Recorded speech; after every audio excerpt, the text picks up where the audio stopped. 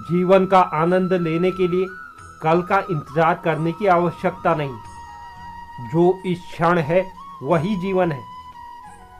क्रोध आपका ऐसा हुनर है जिसमें फंसते भी आप हैं, उलझते भी आप हैं, पछताते भी आप हैं और पिछड़ते भी आप हैं।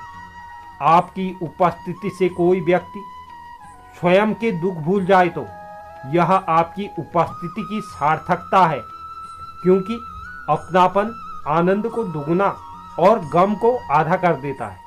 दिल के अच्छे होने से पहले जुबान से अच्छा होना चाहिए, क्योंकि लोगों का वास्ता पहले जुबान से ही पड़ता है। दिल तक तो कुछ खास लोग ही पहुंच पाते हैं। जब आपकी आवाज किसी को चुभने लगे तो तोहफे में उसे अपनी खामोशी दे दो। भगवान कृष्ण कहते हैं, लक्ष्मी का वास उसी घर में होता है जिस घर में प्रेम होता है। इस पर एक छोटी सी कहानी मैं आपको सुनाने जा रहा हूँ। एक सेठ रात्रि में सो रहे थे। स्वप्न में उन्होंने देखा कि माता लक्ष्मी उनसे कह रही है, सेठ, अब तुम्हारा पुण्य समाप्त हो चुका है, इसलिए मैं तुम्हारे घर से थोड़े दिनों में चली जाऊंगी। तुम मुझसे जो मांगना है वह मांग सकते हो। सेठ ने कहा, कल सवेरे मैं अपने कुटुंब के लोगों से सलाह करके जो भी मांगना होगा वह आपसे मैं मांग लूंगा। सवेरा हुआ, सेठ जी ने स्वप्न की बात परिवार के लोगों से बोली। परिवार के लोगों में से किसी ने कहा कि आप माता से हीरा मोती मांग लो, किसी ने कहा स्वर्ण राशि मांग लो, किसी ने कहा अन्न मांग लो, तो कोई वाहन और भवन के पक्ष में था। सबसे अंत में सेठ की छोटी बहू बोली, पिताजी, जब लक्ष्मी को जाना ही है तो यह वस्तुएं मिलने पर भी हमारे पास नहीं टिकेंगी।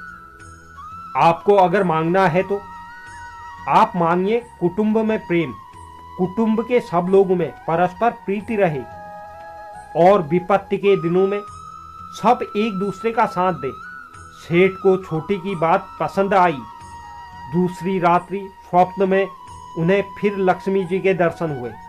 सेठ ने प्रार्थना की, देवी, आप अगर जाना ही चाहते हैं तो आप प्रसन्नता के साथ जाइए, किंतु मुझे यह वरदान दीजिए कि हमारे कुटुंब में परस्पर प्रेम बना रहे। लक्ष्मी जी बोली, सेठ, ऐसा वरदान तुमने मांग लिया है कि मुझे अपने घर में ही बांध लिया है।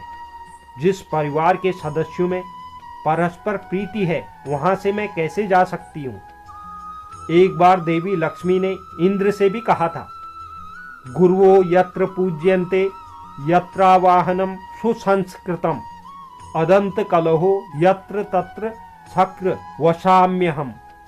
इंद्र, जिस घर में गुरुजनों का सत्कार होता है, दूसरों के साथ जहाँ सभ्यता पूर्वक बात की जाती है और जहाँ मुख से बोलकर कोई कलह नहीं करता, दूसरे के प्रति मन में क्रोध आने पर भी जहाँ लोग चुप ही रह जाते हैं, मैं वहीं वास करती हूँ।